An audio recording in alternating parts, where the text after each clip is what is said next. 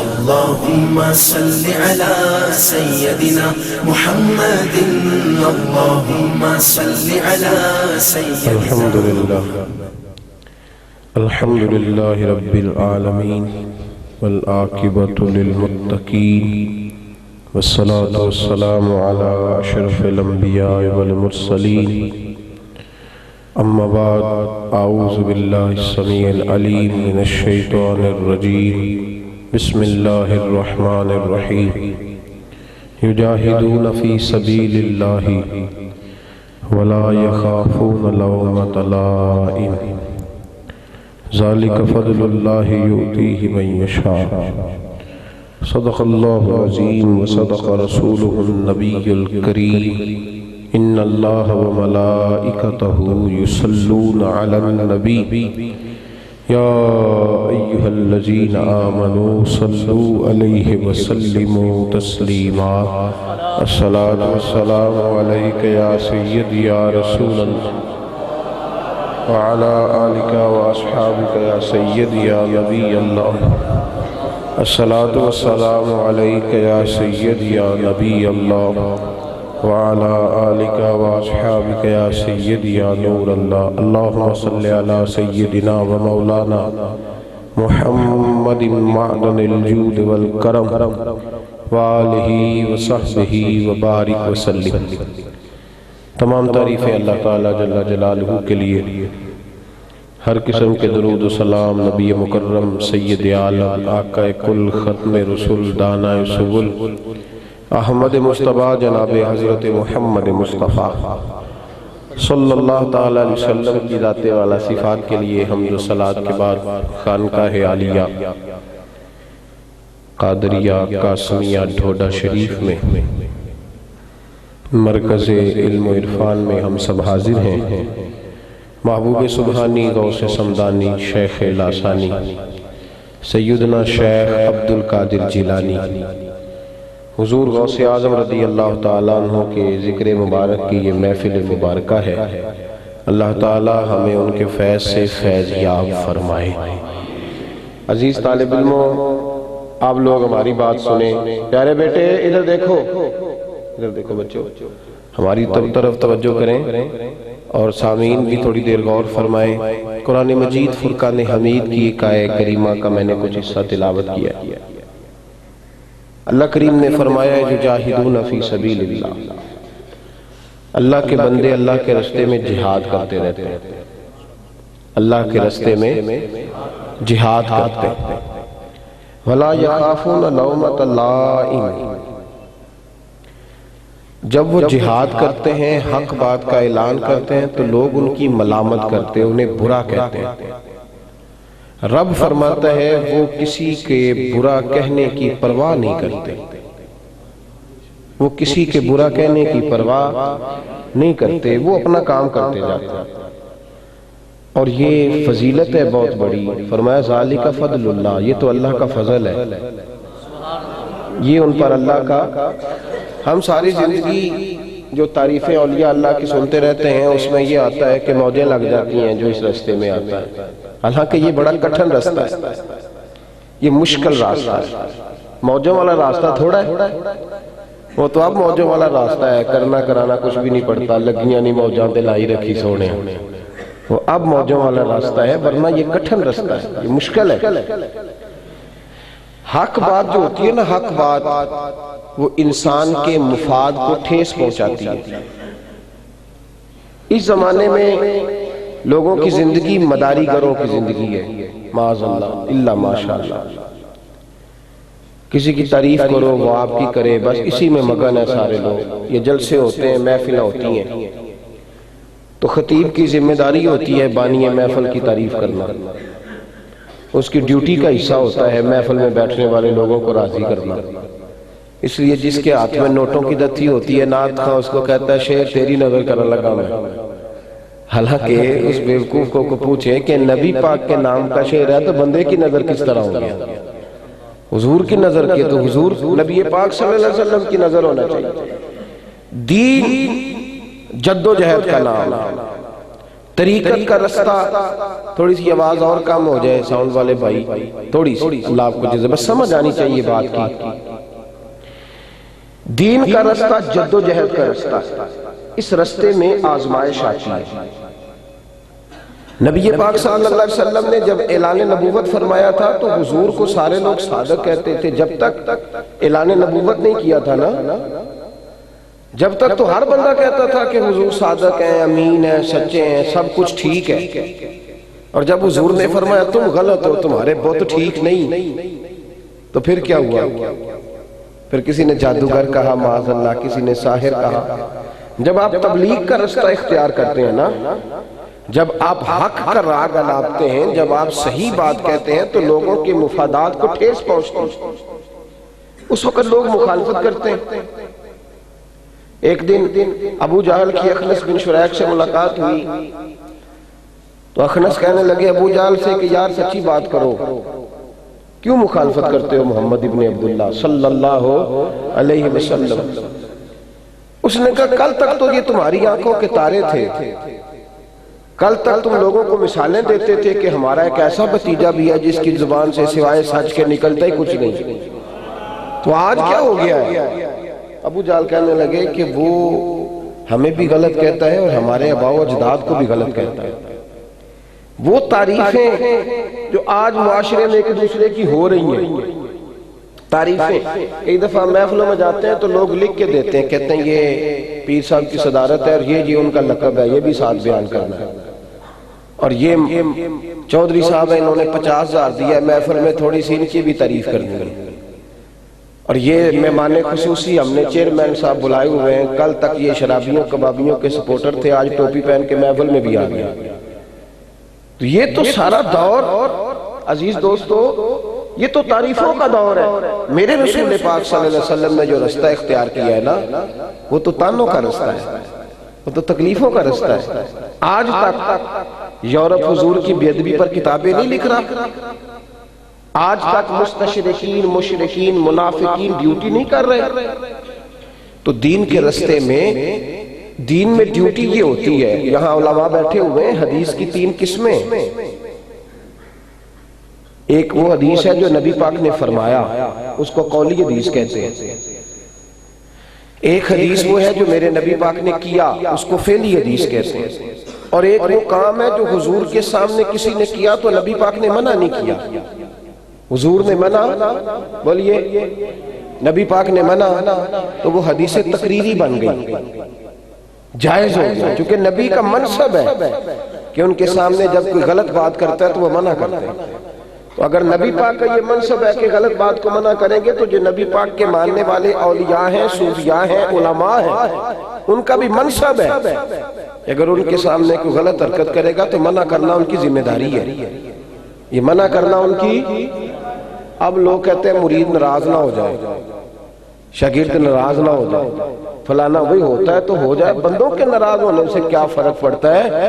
Tension صرف یہ لینی چاہیے کہیں اللہ ناراض نہ ہو جائے، بندے تو راضی ناراض ہوتے رہتے ہیں۔ تو یاد رکھیں حق بات، سچی بات۔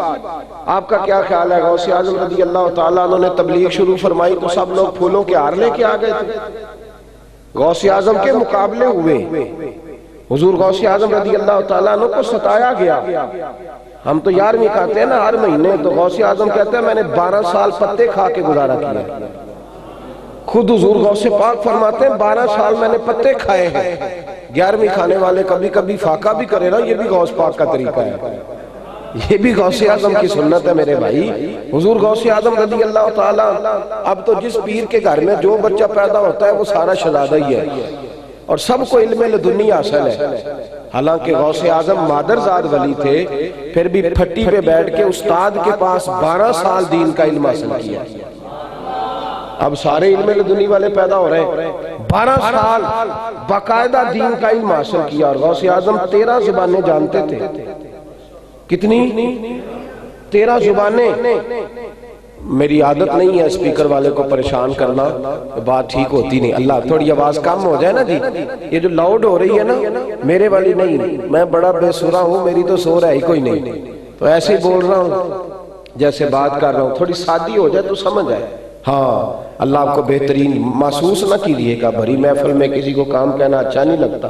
اللہ کے محبوب علیہ السلام نے فرمایا ہے کہ جس نے لوگوں کے بیچ کسی کو خاص کر کے نصیحت کی اس نے بھی اس کو ذلیل کیا۔ یہ مناسب تو نہیں پر مجبوری تھی، عرض کر دیا، اللہ آپ کو جزائے خیر عطا فرمائے۔ تو حضور غوث پاک رضی اللہ تعالیٰ عنہ 13 علوم جانتے تھے، اور میں کہتا ہوں کہ غوث اعظم نے اس طرح دین کا کام کیا جس طرح مزدور کام کرتے ہیں، مزدوروں کی طرح۔ ان کی زندگی کو آپ پڑھیں، 50 کے قریب کتابیں ہیں حضور غوث اعظم کی، اور جان جوکھوں میں ڈالنے کا کام ہے کتاب لکھنا۔ پھر غوث اعظم نے جامعہ نظامیہ کے نام سے مدرسہ بنایا ہے، اس میں بیٹھ کے پڑھاتے تھے، اور اس مدرسے کا کمال یہ ہے کہ صلاح الدین جب فلسطین میں جہاد کر رہے تھے تو کہہ رہے تھے میرا کوئی نہیں مقابلہ کر سکتا۔ صلاح الدین آپ کے اندر کیا کمال ہے؟ تو فرماتے تھے میں غوث اعظم کے مدرسے کا طالب علم ہوں، میں عبد القادر جیلانی کے مدرسے کا طالب علم ہوں۔ 70,000 فوج تھی ان کے ساتھ، اور سارے کے سارے لوگ حضور غوث اعظم کے سلسلے میں مرید تھے، سارے۔ فرمایا میرا کوئی مقابلہ کر سکتا؟ میں غوث اعظم۔ اور میں حوالہ دکھاؤں گا کسی نے دیکھنا ہوا تو۔ حضور غوث اعظم جب اسباق مدرسے میں، اب تو خیر مولوی بیچارے کی حیثیت ہی کوئی نہیں، کوئی اگر شان قدر ہے تو خطیب کی ہے یا نعت خواں کی ہے یا پھر پیر صاحب کی ہے، علماء کو کون پوچھتا ہے؟ غوث اعظم نے مدرسہ بنایا، کتابیں لکھی۔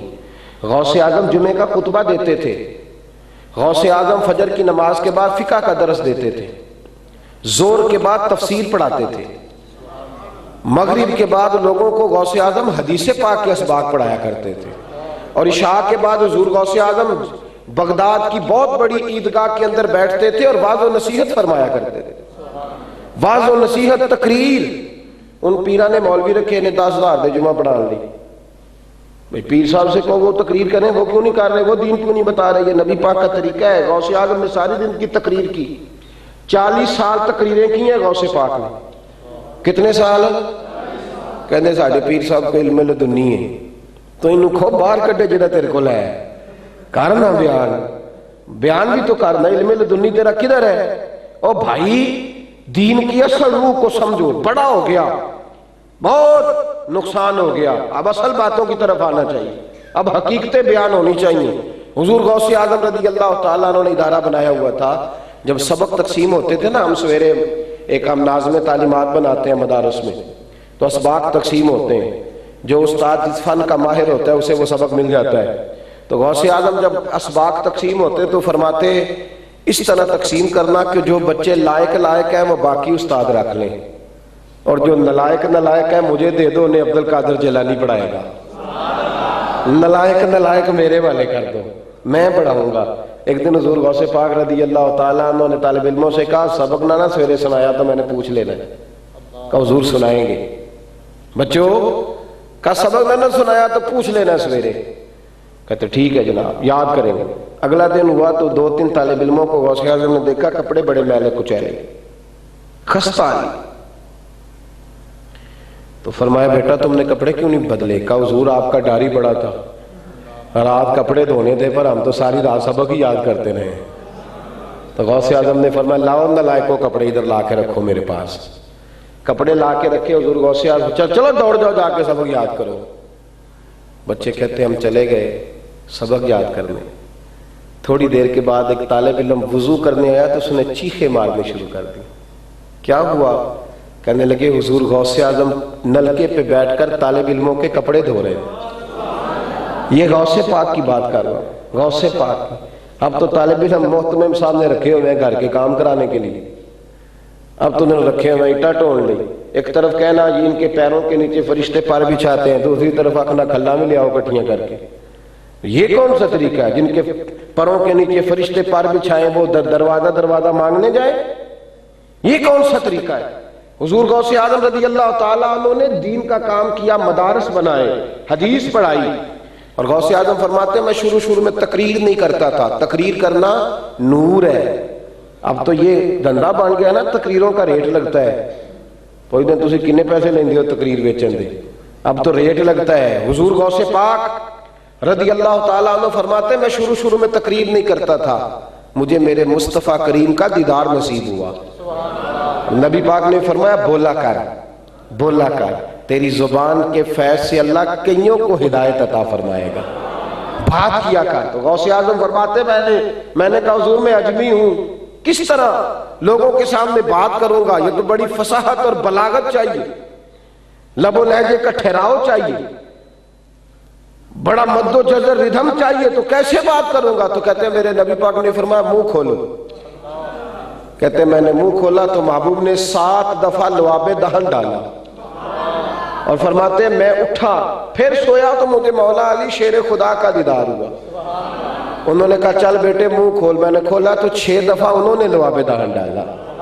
فرماتے ہیں میں نے کہا حضور آپ نے 7 دفعہ کیوں نہیں ڈالا؟ فرمایا اس لیے کہ 7 دفعہ میرے مصطفیٰ نے جو ڈال دیا ہے تو میں ان کے برابر ہو سکتا؟ صحابہ تو خواب میں آ کے حضور کے برابر ہونے کا دعویٰ نہیں کرتے تو زندگی میں کیسے کر جاتا ہے؟ وہ تو خوابوں میں بھی کہتے ہم برابر، تو زندگی میں چوڑا ہو کے پھرتا ہے کہ میں برابر ہوں۔ حضور غوث اعظم رضی اللہ تعالیٰ عنہ بیٹھ گئے منبر پر، واز ہونے لگا، تاثیر ہونے لگی۔ پہلے چھوٹی مسجد تھی، راش ہو گیا، عشاء کے بعد خطبہ دیتے تھے، واز و نصیحت کرتے تھے۔ پھر جامع مسجد میں چلے گئے، اس میں راش ہو گیا، پھر عیدگاہ میں چلے گئے، پھر بغداد کے سب سے بڑے گراؤنڈ میں غوث اعظم تقریر کرتے۔ آج کل تو محفلیں ہوتی ہیں ثواب کے لیے یا لنگر شریف کے لیے۔ مجھے ایک کہنے لگے صاحب آپ سے میلاد شریف کا ٹائم چاہیے، تو میں نے کہا کیوں کرانی ہے محفل؟ میں تو بڑا خشک آدمی ہوں، رند مزاج ہوں، میری تقریر کرا کے لڑائی کرانی ہے؟ کیوں کرانی ہے؟ کہنے لگے جی ثواب کے لیے، سارا سال برکت ہوتی ہے۔ تو میں کہتا تو سورت یاسین پڑھ کاروں بھی سارا سال برکت ہوگی۔ میلاد کی محفل تو انقلاب کی محفل ہے۔ محفل اس لیے کراؤ کہ بے نمازی محفل میں آئے تو نمازی بن جائے، محفل اس لیے کراؤ کہ محفل کے اندر سنت کا تارک آئے تو سنت کا عامل بن جائے، محفل اس لیے کراؤ کہ چور آئے تو توبہ کر جائے، محفل اس لیے کراؤ کہ ماں باپ کا نافرمان آئے اور جب گھر جائے تو جا کے اپنی اماں کے قدموں میں بیٹھ جائے۔ ثواب کے لیے محفل کرانی ہے، ضرور کراؤ، ثواب سے انکار نہیں، لیکن محفل تو انقلاب کی چیز ہے۔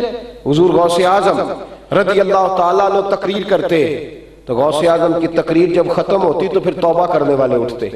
توجہ ہے میری بات پر؟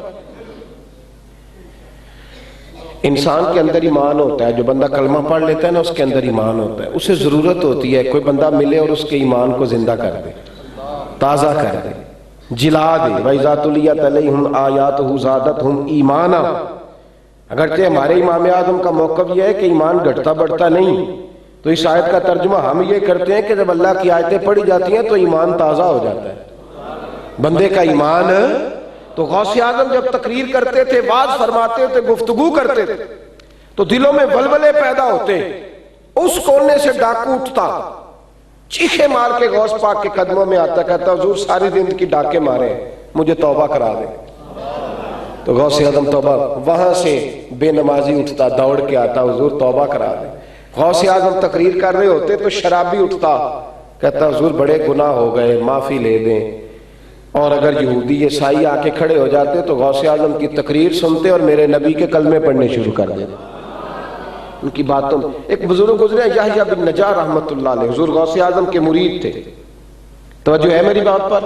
او پیارے بیٹے آپ کی بھی ہے ماشاءاللہ سے، تسی آپس میں گلاں بات کریا جائے، تھی رہنا نہیں یار، پیارے کتنے لگ رہے ہیں ماشاءاللہ آپ لوگ، سفید دستار اور کس طرح خوبصورتی سے آپ کو سجایا گیا ہے۔ اللہ آپ کی خدمت کرنے والوں کو اجر عظیم عطا فرمائے، آپ کے اساتذہ کو اللہ بہترین جزا عطا فرمائے۔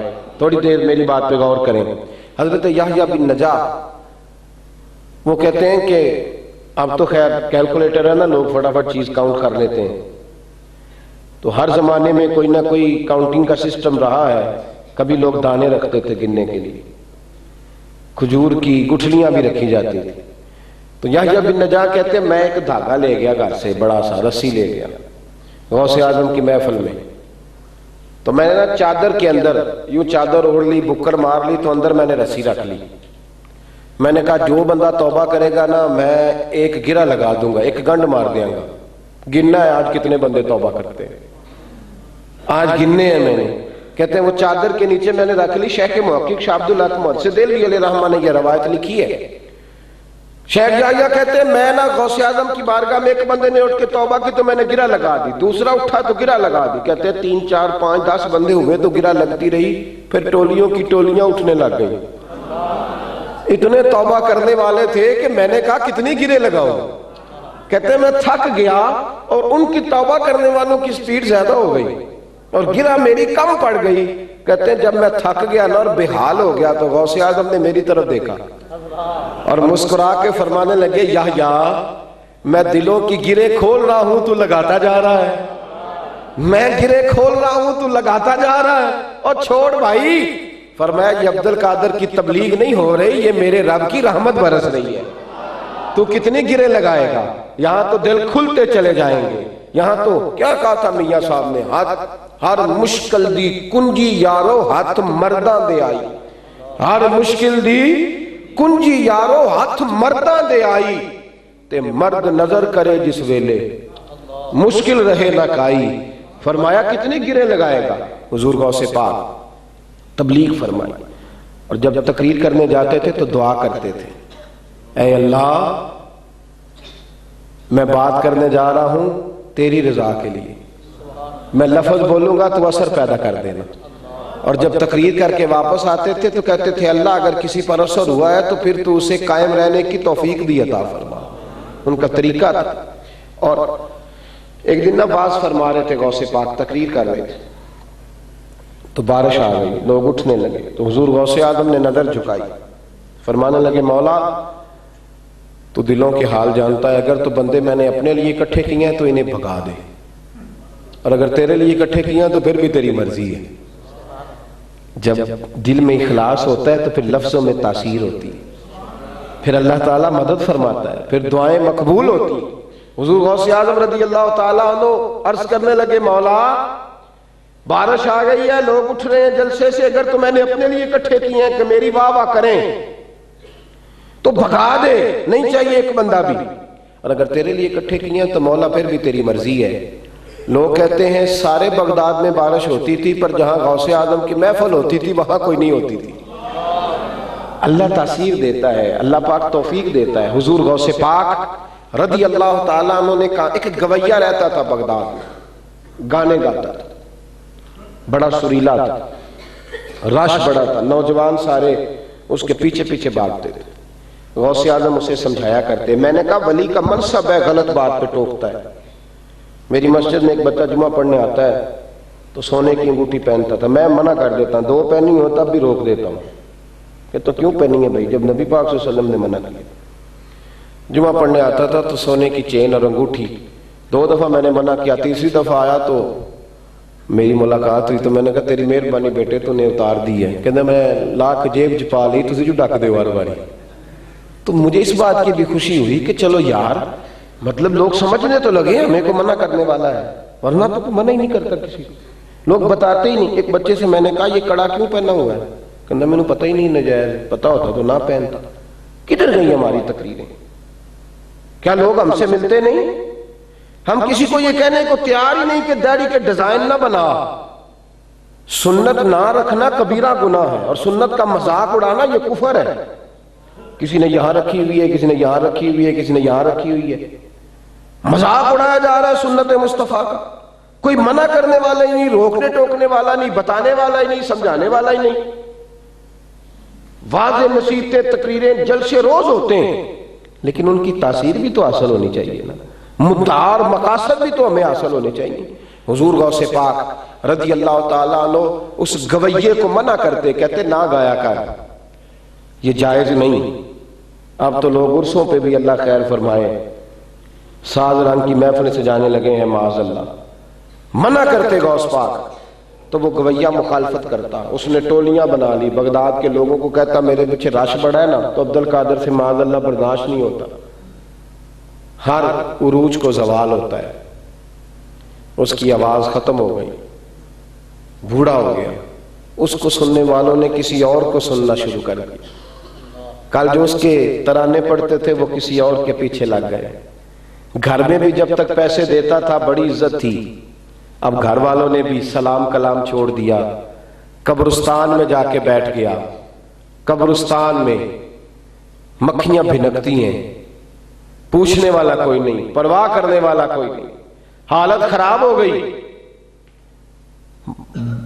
بدحالی کا عالم، وہ تیری آنکھ ہو یا سنگ ملامت کی چبھن، کون پہنچا ہے میرے درد کی گہرائی تک، دور شہرت میں تو یاروں نے کیا یاد بہت، ساتھ آیا نہ کوئی کوچے رسوائی تک، اور میاں صاحب نے کہا تھا ساری عمر ہی آٹا گد ہے، لکھاں کیتے نہیں پیڑے، تے وقت آیا ہی تے محمد بخشا کوئی نہیں ہو بیٹھا نیڑے، سارے چلے گئے چھوڑ چھاڑ کے، قبرستان میں مکھیاں بھنک رہی تھی تو غوث پاک گزرے، اللہ اکبر، ساری زندگی غوث اعظم کی مخالفت کرتا رہا، جب غوث پاک گزرے نا تو اس کی حالت دیکھی، اللہ اکبر، تو غوث اعظم بڑے پریشان ہوئے، اللہ کے بندے نرم دل ہوتے ہیں، غوث اعظم پریشان ہوئے، گھر آ کے غلام کو بلایا، فرمانے لگے یہ 100 دینار لے جا، اسے بتانا نہ کس نے دیے، جا دیا، اس کے پاس تو پہننے کو کپڑا بھی کوئی نہیں، اس کے پاس تو کھانے کو روٹی کوئی نہیں، آپ کا غلام گیا، یہ بھی غوث اعظم کی کرامت ہے،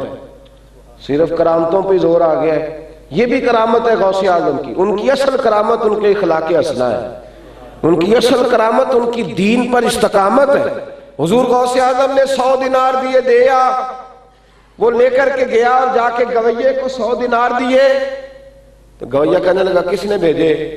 فرمانے لگے مجھے پہنچانے کا حکم ہے، بتانے کا نہیں، تو میں نے ڈیوٹی کر دی ہے، مجھے حکم تھا بتانا نہیں، تو گویہ کہنے لگا مجھے بھی پتا ہے، پتا مجھے بھی ہے کہ اس پریشانی اور بیماری میں اگر میرے کوئی کام آ سکتا ہے تو بغداد کا پیر عبد القادر ہی آ سکتا ہے، وہی ہے، خدا کے فضل سے ہم پر ہے سایہ غوث اعظم کا، اور ہمیں دونوں جہاں میں ہے سہارا غوث اعظم کا، اور خدا دے گا منادی حشر میں یہ قادریوں کو، کہاں ہے قادری کر لے نظارہ غوث اعظم کا۔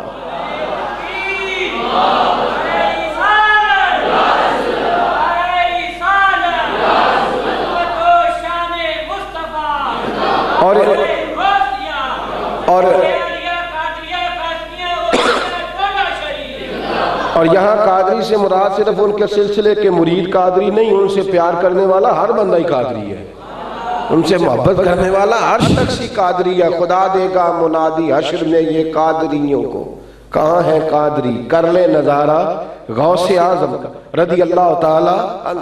تو کہنے لگا مجھے پتہ ہے کس نے بھیجے، آپ کے ساتھ اٹھا، غلام کے پیچھے پیچھے چل دیا، پیچھے پیچھے، اور غلام کے ساتھ، توجہ کرنا میری بات پر، حضور غوث اعظم بیٹھے تھے، باز فرما رہے تھے، گفتگو کر رہے تھے، تو یوں سامنے کھڑا ہو گیا گویا کہ بڑھاپا، بیماری، تو غوث اعظم نے نظر اٹھائی اور فرمایا فقیر آپ کے کیا کام آ سکتا ہے، کیا کام؟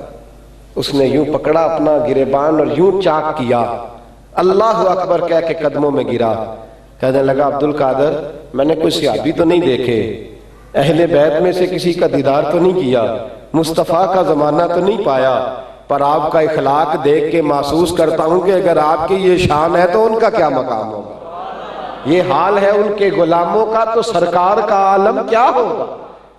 حضور غوث اعظم کی خدمت میں آ گیا، توبہ کر لی، حلقہ احباب میں شامل ہوا، بھائیو اخلاق کی دولت، کردار۔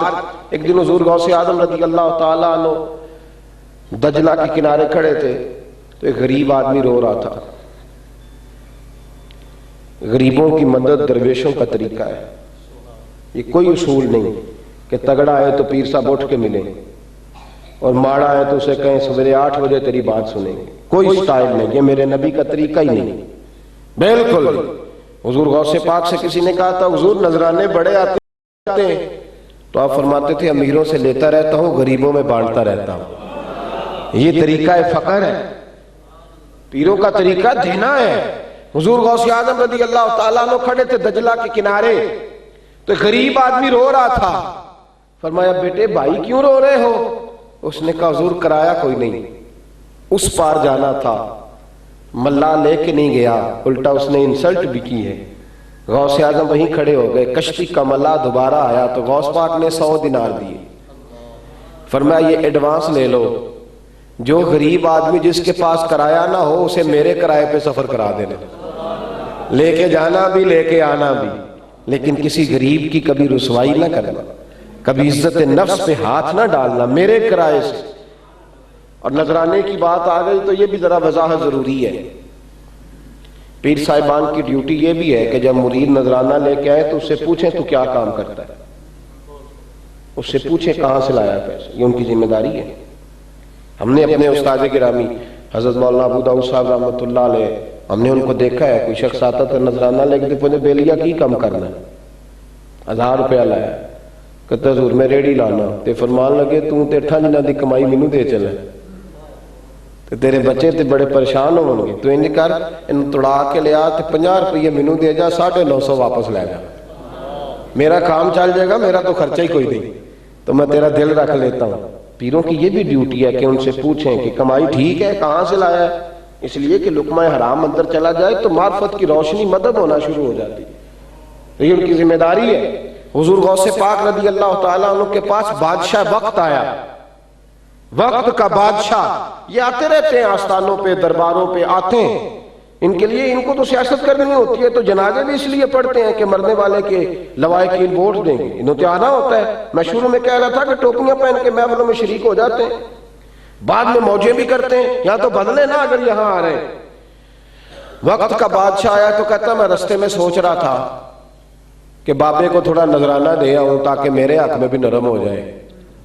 ان لوگوں کی سوچ ایسی ہوتی ہے، یہ الیکشن کے بعد کہتے ہیں اس دفعہ ہم نے اتنے مولوی استعمال کیے، اتنے پیروں کا ٹیشو پیپر بنایا، ان کی سوچ ایسی۔ میں رستے میں سوچ رہا تھا، بادشاہ کہتا ہے کہ میں تھوڑے پیسے دے آؤں بابا میرے حق میں نرم ہو جائے، کہتے میں آ رہا تھا تو میں نے کہا یار شورا تو بڑا سنا ہے کہ وقت کے کامل ولی ہیں، آج کل سیب کا موسم نہیں، اگر بابا سیب کھلائے تو پھر ولی مانوں گا، سیب کھلائے تو پھر ولی ہوں۔ کہتے میں آ کے بیٹھا ہی تھا غوث پاک کی بارگاہ میں، تو آپ نے ہاتھ اٹھائے تو غیب سے 2 سیب آ گئے، تو حضور غوث اعظم رضی اللہ تعالیٰ عنہ میری طرف سیب بڑھا کے کہنے لگے میری ولایت کو سیبوں سے نہ آزما، رسول اللہ کے دین کی خدمت سے آزما۔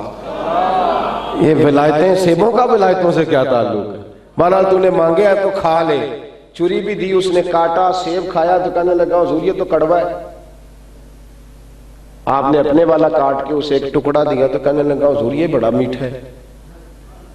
حضرت صاحب سیب تو دونوں غیب سے آئے، تو میرے والا کڑوا آپ کا میٹھا، آپ فرمانے لگے دونوں میٹھے تھے، ایک کو ظالم کے ہاتھ لگ گئے، ظالم کے ہاتھوں میں چلا گیا تو کڑوا، ورنہ دونوں میٹھے تھے۔ اٹھنے لگا تو 2 اشرفیوں کی بھری ہوئی تھیلیاں اس نے غوث اعظم کے مصلے کے نیچے رکھی، حضور نذرانہ ہے، نذرانہ جب نیچے رکھیں اٹھ کے جانے لگا تو غوث اعظم نے آواز دی، فرمایا بھائی پیسے لے جا، ضرورت کوئی نہیں۔ اس نے کہا جی نذرانہ ہے، فرمایا تمہیں کہا نہ لے جا، کوئی ضرورت نہیں، اللہ نے بڑا دیا ہوا، سانو تخت ہزارے دی لوڑ کی ہے، نالے کی لگے شہر بمبول دے نال، اسی اپنی بال کے سیکنے ہیں، سانو کی لگے کسے اور دے نال۔ درویش کی تو نظر پیسوں کی طرف چلی گئی تو بس ہو گیا، ختم مسئلہ۔ فرمایا بھائی لے جا، ضرورت نہیں، اپنی مٹی پہ چلنے کا سلیقہ سیکھو، کسی کے سنگ مرمر پہ چلو گے تو پھسل جاؤ گے۔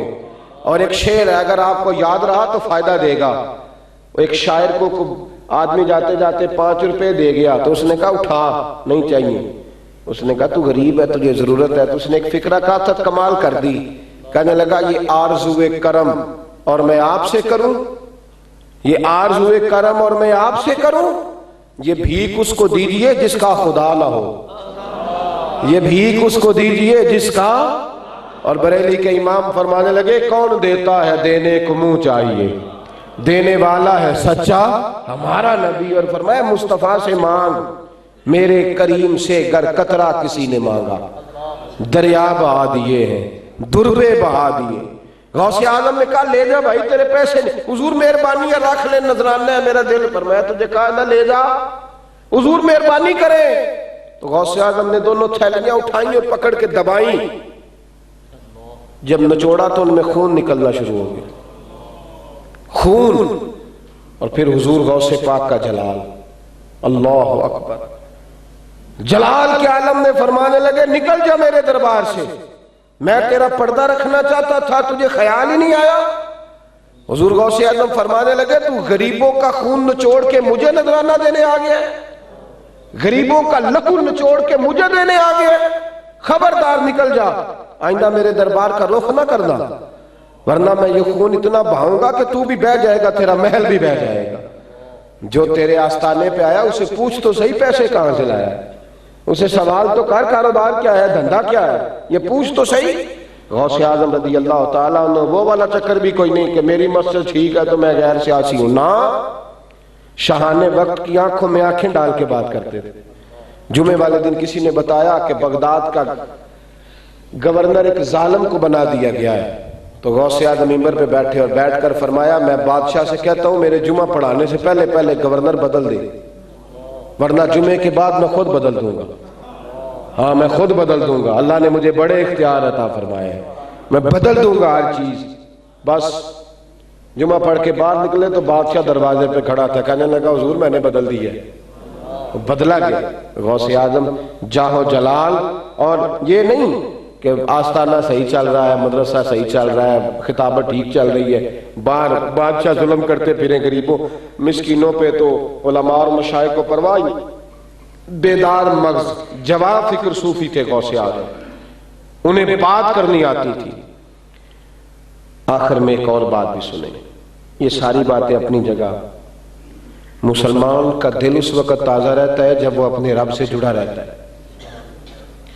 یہ سارے صوفیاء کے اندر کمالات پتہ کیوں آتے تھے؟ ان کا مسلح بڑا آباد تھا، مسلح بڑا آباد۔ تنہائی کی عبادت آدمی کو زندہ کرتی ہے، 2 نفل بھی بندہ پڑھے نا کبھی تنہائی میں اللہ کے حضور، 2 نفل بھی، اور اکیلا ہو کوئی نہ ہو، وہ ہو اس کا خدا ہو اور درمیان میں مصطفیٰ کا وسیلہ ہو صلی اللہ علیہ وسلم، تو 2 نفل بھی پڑھے نا اکیلے میں تو اس کی روح زندہ رہتی ہے۔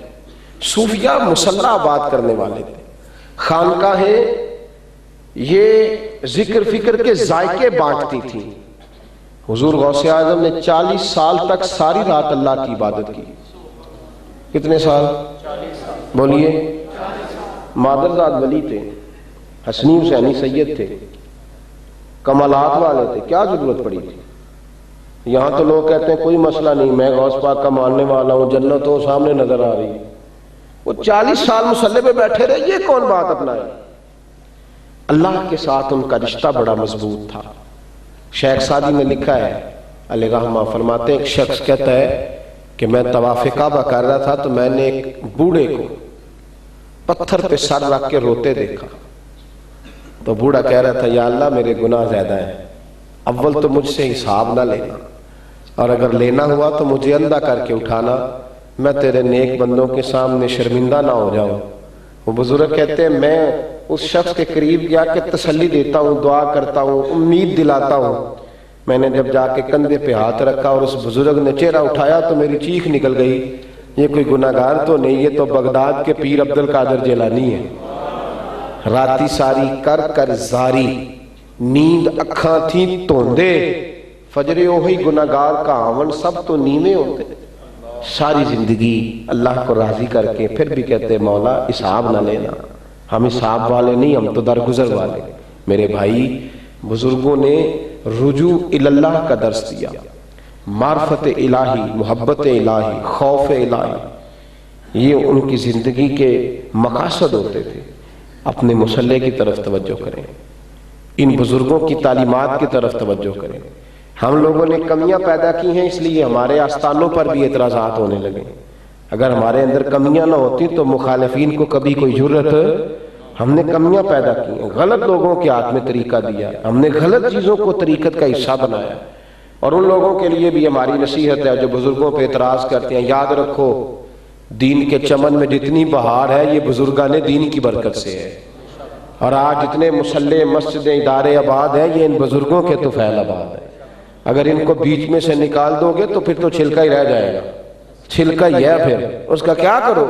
تم لوگ خالی اس لیے ہو کہ تمہارے اندر وہ کیف نہیں۔ تو میرے بھائی، غوث اعظم نے اپنے اخلاق سے، کردار سے، عمل سے لوگ تعمیر کیے۔ غوث اعظم نے تعمیر انسانیت کی، آپ نے انسانیت کو تعمیر کیا، لوگوں کے دلوں میں اللہ اور اس کے رسول کی محبت کو پیدا کیا۔